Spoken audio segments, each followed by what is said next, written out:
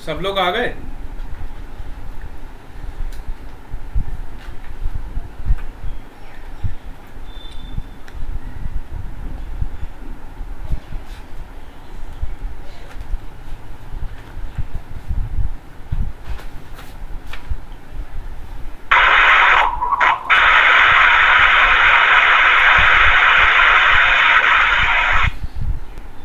देवांग बेटा माइक मत ऑन करो, बहुत डिस्टरबेंस होता है, माइक को ऑफ ही रखो।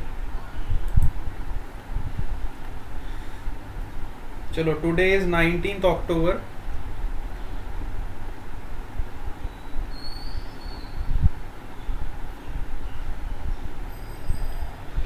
Sujal Shah, Veda Dimar, present sir. Monish Malik, present sir. Rana Hanil, Aditya Chaudhary, present sir. Nandini Barad, Yaksh Badani, present sir. Devansh, present sir. Dhvani, Preet, Elvina, present sir. Krish Solanki,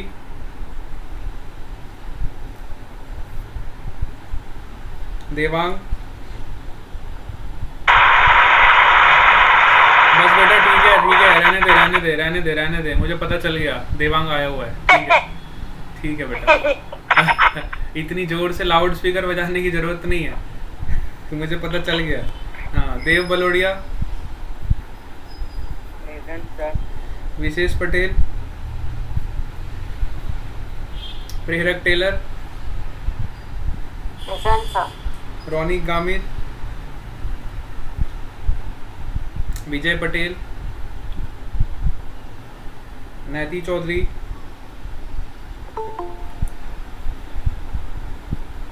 Chaudhary,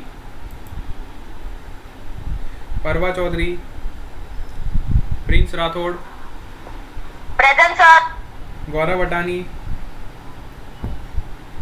जिया पटेल, तन्वी चौधरी, वंश पटेल, हर्ष पटेल, प्रेजेंट सर। निदीक्षा पांड्या।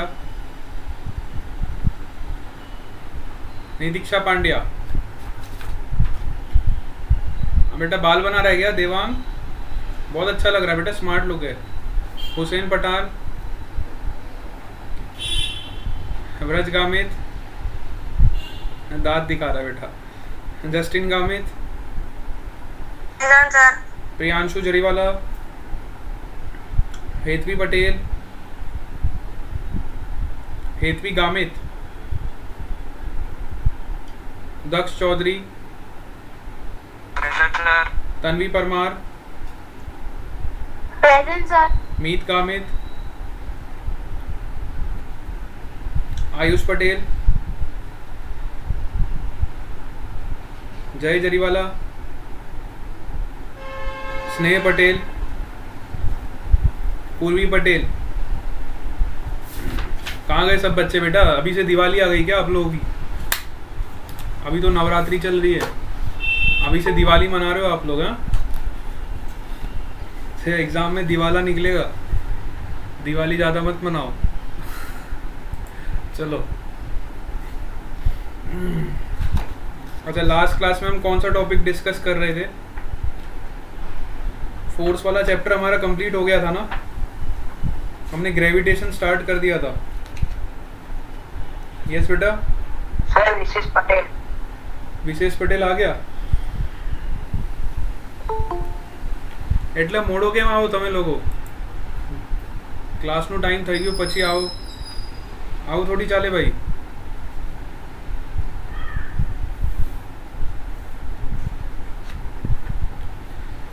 चलो, अब बस बेटा, अब अपना लाउड स्पीकर बंद कर दो बेटा। ये देवांग सलावाड़िया, ये लाउड स्पीकर को बंद ही रहने दो तो अच्छा रहेगा, हमारी क्लास अच्छे से हो जाएगी बेटा। हाँ, निदीक्षा पांड्या, ओके बेटा। क्यों लेट आते हो बेटा? जल्दी आया करो ना, क्लास के टाइम पे आ जाया करो। क्यों लेट करते हो रोज? हफ्ते में 2 दिन आपकी क्लास होती है, उसमें भी आते हो बड़े महाराजाओं की तरह। क्या फ़र्क पड़ता है 5 मिनट जल्दी आ जाओगे तो? चलो, हो गया अटेंडेंस सबका। और तो कोई नहीं रहता ना अब? और कोई रहता है बेटा तो बता दो, नहीं तो फिर हम क्लास स्टार्ट करें। अच्छा चलो आ जाओ। देखो वाइट बोर्ड प्रकट हो जाओ। सबको वाइट बोर्ड दिखाई दे रहा है?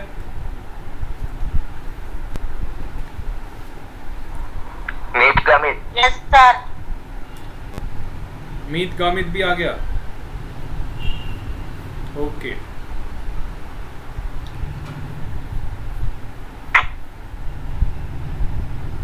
तो हम लोग पढ़ रहे थे ग्रेविटेशन लॉ, है ना। सबसे पहले हमने केपलर की कहानी ऑलरेडी पढ़ ली थी कि केपलर ने क्या योगदान दिया अपना। केपलर्स लॉ हमने पढ़े थे। केपलर्स ने 3 लॉ बताए थे, एक बार फटाफट बता देता हूँ, सबको ध्यान में होना चाहिए। पहला था केपलर का law of orbits, orbits law. दूसरा जो लॉ था केपलर का which is law of area.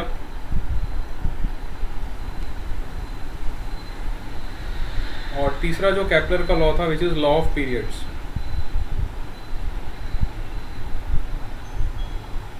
इन तीनों लॉज की हेल्प से न्यूटन्स ने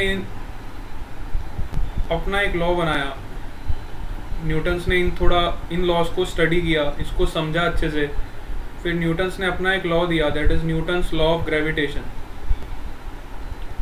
which says that force of gravitation is equal to g times m1 m2 upon r square। ठीक है, न्यूटन ने एक अपना लॉ दिया, that is law of gravitation. अब ये लॉ के कुछ कैरेक्टरिस्टिक्स थे कि ये लॉ कहाँ कहाँ पे वैलिड होगा। तो पहला जो कैरेक्टरिस्टिक था इस लॉ का, this law is validate, point number 1, for all bodies. ये लॉ सबके लिए वैलिड है, for all bodies of any size and shape in the universe. Universe में कैसी भी आपकी बॉडी हो, किसी भी साइज की बॉडी हो, किसी भी शेप की बॉडी हो, सबके लिए आपका ये वाला लॉ एप्लीकेबल है, that is Newton's law of gravitation. Second point regarding this law is that it is valid at all the places.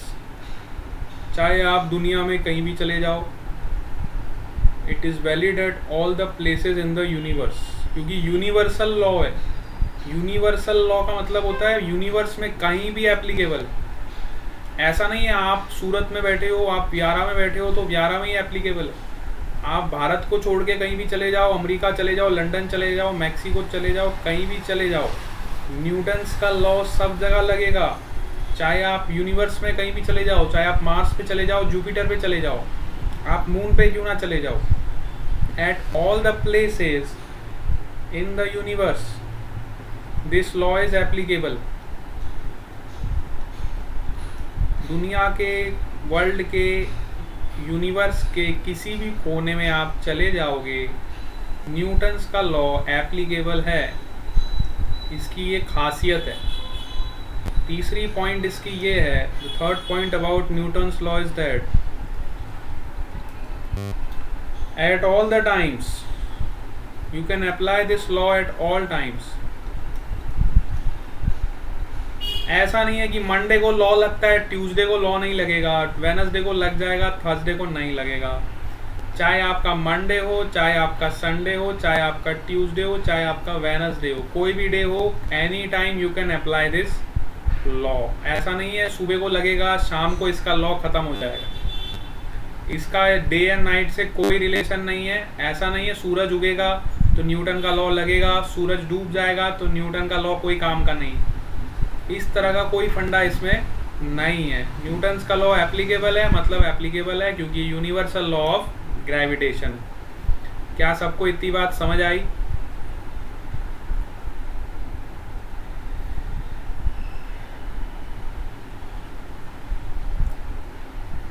सबको इतनी बात समझ आ गई? Preet Patel sorry for late. Okay बेटा, नेक्स्ट टाइम से ध्यान रखो, क्लास में एकदम टाइम पे आना है, हमको पंक्चुअल रहना है। अच्छा, यहाँ तक सबको समझ आ गया बेटा ग्रेविटेशन के लॉ के बारे में? यस और नो? अरे बच्चे लोग बोलो तो सही, मुझे पता कैसे चलेगा आपको समझ आ रहा है कि नहीं आ रहा है। ऐसे मूर्ति की तरह बन के बैठे रहोगे तो मुझे क्या पता चलेगा? कोई मंदिर में तो मैं जा नहीं रहा हूँ, ठीक है? Yes sir. हाँ, ऐसे मूर्ति की तरह बन के बैठे नहीं रहना है, थोड़ा बोलना भी है, इंटरैक्ट भी करना है। चलो बस बेटा तुम रहने दो बेटा, तुम्हारा इंटरेक्शन नहीं चाहिए, देवांग का इंटरेक्शन नहीं चाहिए बेटा। ये इंटरेक्शन नहीं है, ये डिस्टरबेंस है ना? दो चीजें होती हैं दुनिया में, एक होता है डिस्टरबेंस और एक होता है वॉइस। एक होता है वॉइस और एक होता है नॉइस, ठीक है? अभी जो आप क्रिएट कर रहे हो वो है noise. I am talking about the voice. Avoid the noise and be in voice. Are you getting my voice? Yes? Yes sir. Okay, चलो बस बेटा नॉइस नहीं करना है हमको। अच्छा चलो, अब हम सबको ये तो पता चल गया कि F का जो वैल्यू होता है ग्रेविटेशनल फोर्स का, वो होता है Gm1m2 अपॉन r²। हम सबको इतना भी पता है कि इसमें जो r होता है ये दो बॉडीज के सेंटर टू सेंटर का डिस्टेंस होता है। Centre to centre, center of one body to the center of another body. This is the mass of one body, this is the mass of the another body. इसके बाद हमने एक point और देखा था कि ये जो लॉ है इसका जो इफेक्ट है, ये मैं आपको रिवीजन करा रहा हूँ। इसका जो इफेक्ट है हमने देखा था हेवनली बॉडीज पे ज्यादा रहता है। हेवनली बॉडीज पे इसका इफेक्ट ज्यादा रहता है और हम जैसी जो नॉर्मल बॉडीज होती है उस पे इसका इफेक्ट कम रहता है। क्यों ऐसा होता है, कोई बताएगा क्या? Why the effect of gravitational force is more on heavenly bodies as compared to our normal bodies? ऐसा क्यों होता है कि इसका जो इफेक्ट है वो हेवनली बॉडीज पे ज़्यादा होता है और नॉर्मल बॉडीज पे इसका इफेक्ट कम होता है? इसका क्या कारण है? What is the reason behind it? इसका कारण मैंने आपको बताया था, क्योंकि हेवनली बॉडीज का जो मास होता है, जैसे mass of sun is around 10⁻31 kg। इतना ज़्यादा इनका मास होता है, इतना ज़्यादा इनका मास होता है हेवनली बॉडीज़ का कि आपका जो m1 इंटू m2 का जो फैक्टर होता है वो बहुत ज़्यादा हो जाता है, ठीक है? तो इसलिए आपका जो फोर्स का वैल्यू होता है वो बहुत ज़्यादा आता है, ठीक है? हेवनली का मतलब जिनका मास अबाउट 10⁻20 से 30 kg वेरी कर रहा है। देखो हमारी तरह नहीं है 100 किलो 200 किलो, इस तरह का मास नहीं है। हेवनली बॉडीज का मतलब होता है 10⁻31 kg, 10⁻20 kg, 10⁻11 kg, 10⁻50 kg, इस तरह का मास होता है।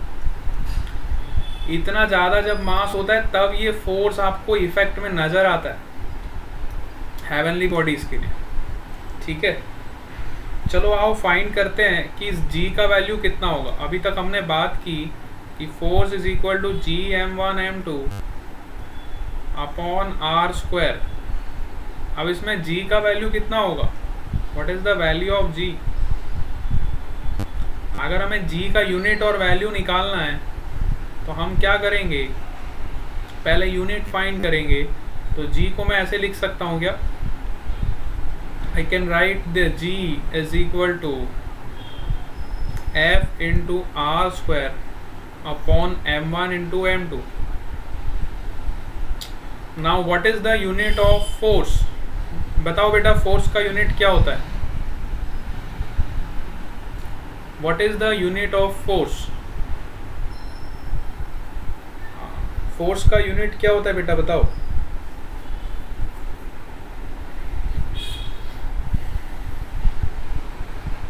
What is the unit of force?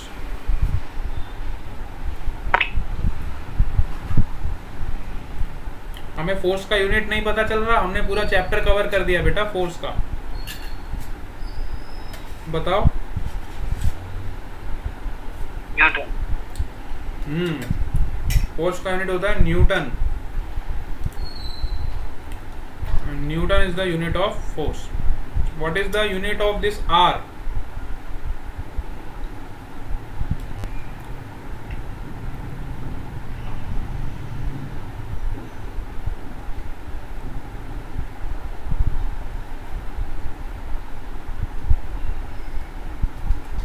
What is the unit of this R?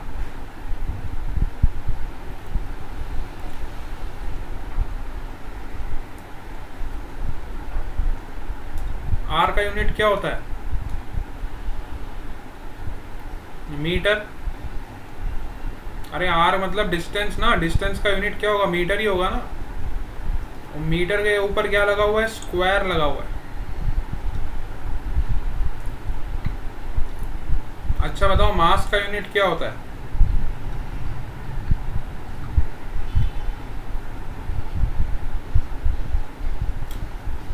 What is the unit of mass?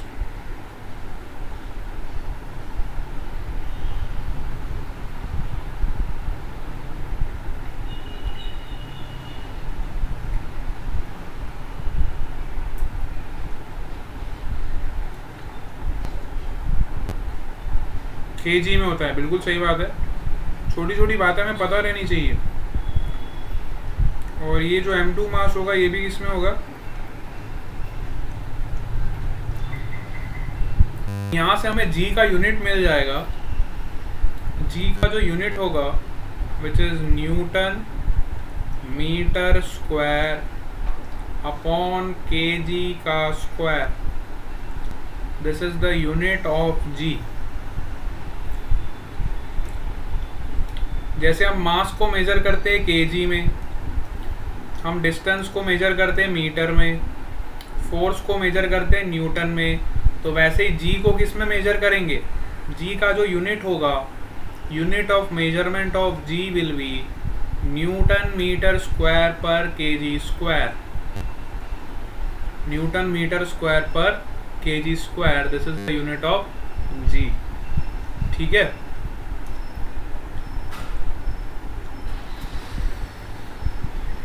अब आ जाओ कुछ कैरेक्टरिस्टिक्स देखते हैं ग्रेविटेशनल फोर्स के। What are the characteristics of gravitational force?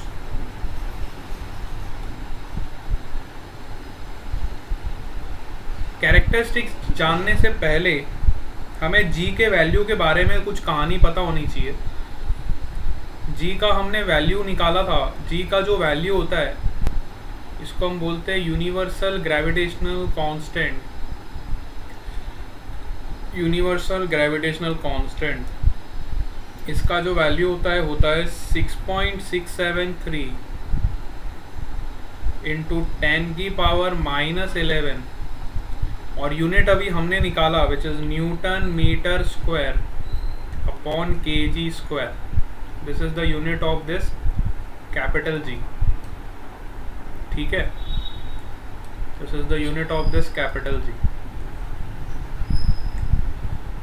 इसके अलावा हमें ये कहानी पता होनी चाहिए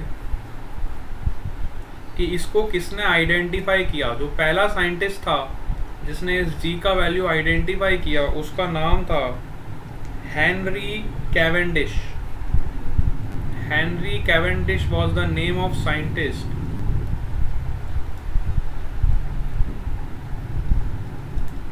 Henry Cavendish was the name of scientist who identified the value of G in laboratory. उसने लेबोरेटरी में इसका वैल्यू आइडेंटिफाई किया. सो हम यहाँ से देख सकते हैं कि जो G का वैल्यू है बहुत ही छोटा है. G का वैल्यू देखो कितना छोटा है, 10⁻⁻11. इसलिए हम इसको ग्रेविटेशनल फोर्स को हम वीक फोर्स भी बोलते हैं. Gravitational force is also known as your weak force. Weak force इसलिए बोलते हैं क्योंकि G का वैल्यू बहुत ही छोटा है, विच इज 6.673 इंटू 10⁻⁻11. इतना छोटा वैल्यू है, इसलिए हम इसको क्या बोलते हैं, वीक फोर्स भी बोलते हैं. अब आ जाओ इसके कुछ कैरेक्टरिस्टिक्स देखते हैं. What are the characteristics of gravitational force. So characteristics में आपका फर्स्ट पॉइंट आ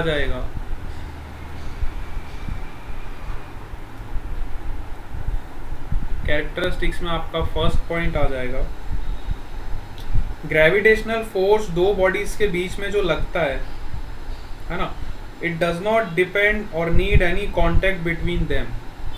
ऐसा नहीं है कि दो बॉडीज हमने इधर रखी है, इन दोनों का कांटेक्ट होना जरूरी नहीं है. ऐसा नहीं है कि कांटेक्ट होगा तभी आपका ग्रेविटेशनल फोर्स लगेगा, ऐसा कभी जरूरी नहीं. अगर आपका बॉडीज ऐसे भी पड़े हुए हैं और उनमें कोई भी कांटेक्ट नहीं है तो भी उन दो बॉडीज के बीच में ग्रेविटेशनल फोर्स लगेगा. Means it is not the necessary condition. इस कंडीशन में भी आपका ग्रेविटेशनल फोर्स लगेगा, ऐसा नहीं है कि नहीं लगेगा.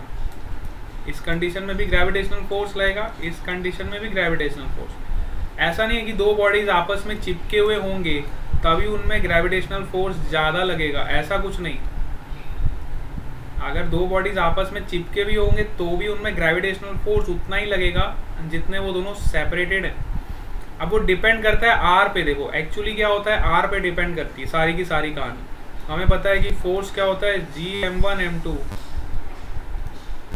Upon r². तो ये डिपेंड करता है सेंटर से सेंटर का डिस्टेंस कितना है. अगर यहाँ पे सेंटर से सेंटर का डिस्टेंस 1 मीटर है और यहाँ भी सेंटर से सेंटर का डिस्टेंस अगर 1 मीटर है और दोनों का मास भी अगर सेम है तो दोनों के लिए ग्रेविटेशनल फोर्स भी सेम हो जाएगा. तो वो डिपेंड करता है आपका डिस्टेंस के वैल्यू कितना है centre to centre, and it also depend upon the masses. But ऐसा कोई कहानी नहीं है कि आप दो बॉडीज को चिपका के रखोगे तो उस पर ग्रेविटेशनल फोर्स ज़्यादा लगेगा, ऐसा कुछ नहीं. कांटेक्ट हो चाहे कांटेक्ट नहीं हो, it doesn't matter. It only depends on the masses and only the distance between the centres. Only the two factors affect the gravitational force. इसके अलावा कोई भी फैक्टर इसको अफेक्ट नहीं करेगा. तो पहला पॉइंट हमें क्लियर होना चाहिए. This is the first characteristic of your gravitational force. Now come on to the second point. Gravitational force between the two bodies inversely proportional to square of distance between their center. ये तो हमें पता ही है. Gravitational force जो है inversely proportional है square of distance between their centre. इसका मतलब ये हुआ, सपोज करो पहले हमारी दो बॉडीज हैं जिन दोनों का मास सेम है. ठीक है, सपोज करो इसका मास m1 है, इसका मास m2 है और दोनों के बीच का डिस्टेंस है 2 मीटर्स. अब मैंने क्या किया, दोनों बॉडीज का डिस्टेंस इंक्रीज कर दिया और इंक्रीज करके कितना कर दिया, 4 मीटर कर दिया. ठीक है, तो अब ग्रेविटेशनल का लॉ हमें ये बोलता है कि gravitational force is inversely proportional to r². इसका मतलब क्या है, इस केस में सपोज करो आपका फोर्स F1 है, इस केस में आपका F2. तो दोनों का अगर हमें पता लगाना है तो F1 का वैल्यू कितना हो जाएगा, G times m1 m2 G times of m1 m2 upon 2 का स्क्वायर. F2 का वैल्यू कितना हो जाएगा, G times m1 m2 upon 4 का स्क्वायर. अब बोलेगा बेटा फाइंड करो इसका रेशियो कितना आ रहा है. तो सिंपल आपको रेशियो निकाल के देखना है कि कौन सा फोर्स ज़्यादा होगा। तो जब आप डिवाइड करोगे तो आपको पता चल जाएगा कितना आ जाएगा, 4 का स्क्वायर अपॉन 2 का स्क्वायर। इन दोनों इक्वेशंस को जब आप डिवाइड करोगे तो आपको रेशियो कितना मिल जाएगा, 16/4 विच इज़ 4/1। इसका मतलब ये हुआ कि F1 वाला जो फोर्स है वो 4 टाइम्स किसके होगा, F2 के होगा। तो दोनों में से कौन बड़ा हुआ, दोनों में से F1 वाला फोर्स बड़ा हुआ।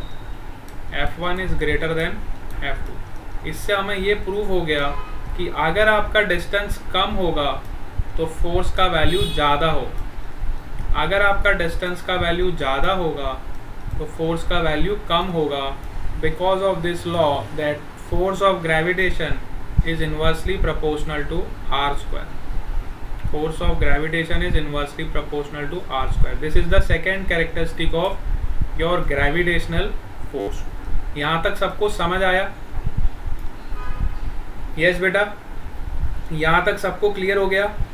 Second characteristic of gravitational force. Yes sir. बहुत बढ़िया। अब आ जाओ थर्ड कैरेक्टरिस्टिक पे। अभी थर्ड कैरेक्टरिस्टिक क्या है, देखो सपोज करो हमारे पास एक बॉडी है इधर और एक बॉडी है इधर, ठीक है। अभी ये वाली जो बॉडी है इस वाली बॉडी को अट्रैक्ट कर रही है। सपोज करो ये बॉडी ए पे फोर्स लगाती है F2 का और ये वाली बॉडी इस पे फोर्स लगाती है F1 का, ठीक है।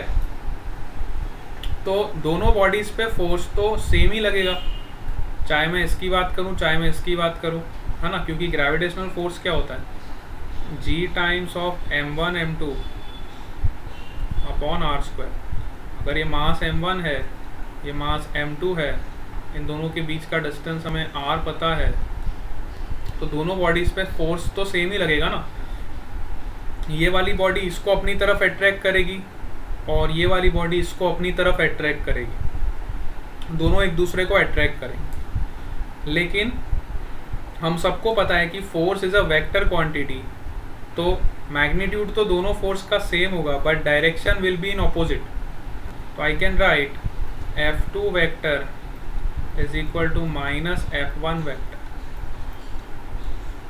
देखो दोनों फोर्स का मैग्नीट्यूड सेम होगा which is Gm1 m2 upon r square, but as we know that force is a vector quantity so direction will be different, है ना। Both the forces are acting in opposite direction and Newton's का third law भी यही बोलता है, to an every action there is an equal and opposite reaction. Newton's का जो action reaction वाला लॉ है वो भी हमको यही बताता है। क्या बताता है कि अगर एक बॉडी दूसरी बॉडी पे कुछ फोर्स लगाती है तो दूसरी बॉडी भी पहले वाली पे कुछ फोर्स लगाएगी, है ना। So this is known as Newton's third law of motion, ठीक है।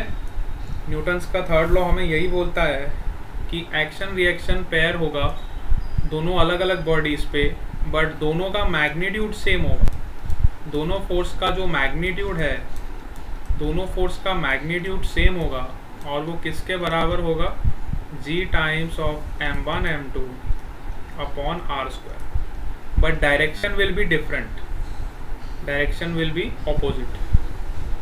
क्या आपको ये बात समझ आई? यस बेटा, क्या? हाँ, तो ये तीन कैरेक्टरिस्टिक्स बहुत इंपॉर्टेंट है। इसके अलावा एक चौथा कैरेक्टरिस्टिक भी है, point number 4 about gravitational law. Point number 4 is that, बेटा जो जो पॉइंट्स मैं बता रहा हूँ बहुत इंपॉर्टेंट है, सब आपको अपनी नोटबुक में लिखना है, ठीक है। जैसे ही आपका क्लास ओवर हो जाएगा ये लेक्चर आपको अवेलेबल हो जाएगा, आपको एक एक पॉइंट नोट डाउन करके अपनी कॉपी में लिखना है, बहुत प्यार से लिखना है। अपने नोट्स जितने अच्छे बनाओगे उतना ज़्यादा बेनिफिट आपको एग्ज़ाम में होगा। अच्छा, चौथा जो कैरेक्टरिस्टिक है, gravitational force between two small bodies is very small. जैसा कि मैंने आपको बताया था, अगर दो छोटी सी बॉडीज़ है, सपोज करो एक बॉडी आपकी 100 kg की है और दूसरी बॉडी आपकी 80 kg की है, ठीक है। अब इन दोनों के बीच का सेपरेशन सपोज करो 1 मीटर। अब इनके बीच में मुझे ग्रेविटेशनल का फोर्स निकालना है, तो वो कितना हो जाएगा, g times m1 m2 upon r square. अब हमें g का वैल्यू तो पता है 6.67 इंटू 10 की पावर माइनस 11 इंटू m1 का वैल्यू है 100 kg, m2 का वैल्यू है 80 kg upon r is 1 metre. तो देखो जब आप इसको सॉल्व करोगे तो आपका आंसर जो आएगा अप्रोक्सीमेटली 10 की पावर माइनस 9 या 8 के अराउंड आएगा। अब आप देख सकते हो ये कितना जो फोर्स है आपका 10 की पावर माइनस 8 के अराउंड आएगा, तो भी आएगा, मतलब नेगेटिव पावर में आपका आंसर आएगा, ठीक है। तो नेगेटिव पावर में जब आपका आंसर आएगा तो सोचो कि दो छोटी बॉडीज़ के बीच में आपका ग्रेविटेशनल फोर्स कितना स्मॉल होता है, ठीक है। तो यही आपका पॉइंट है कि gravitational force shows their effect only on heavenly bodies and gravitational force has no effect, means very very less effect on small bodies. Small bodies पे उसका इतना इफेक्ट नहीं होता। तभी आपने देखा होगा जब हम स्कूल में पढ़ने जाते हैं तो एक बच्चा इधर बैठा हुआ है, एक बच्चा इधर बैठा हुआ है, एक बच्चा इधर बैठा हुआ है ना। सपोज करो ये बॉय है, ये भी बॉय है, ये गर्ल है। क्या कभी आपने ऐसा देखा है कि ग्रेविटेशनल फोर्स की वजह से ये बॉय और बॉय एक दूसरे को अट्रैक्ट कर रहे हैं? क्या कभी आपने ऐसा देखा है कि ग्रेविटेशनल फोर्स की वजह से बॉय और गर्ल एक दूसरे को अट्रैक्ट कर रहे हैं? क्या कभी ऐसा हुआ है? यस और नो?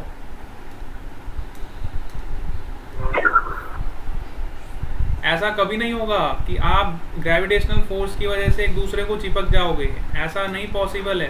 क्यों नहीं पॉसिबल है? क्योंकि आपका मास बहुत स्मॉल है।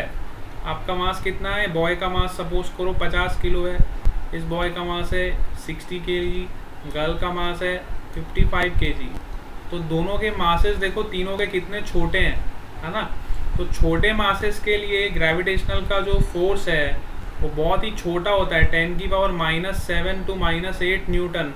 इतने छोटे फोर्स में कौन सा बॉय और कौन सा गर्ल एक दूसरे को अट्रैक्ट करेगा? आप खुद ही सोच के बताओ। क्या इतने छोटे फोर्स में कोई किसी को अट्रैक्ट कर सकता है क्या?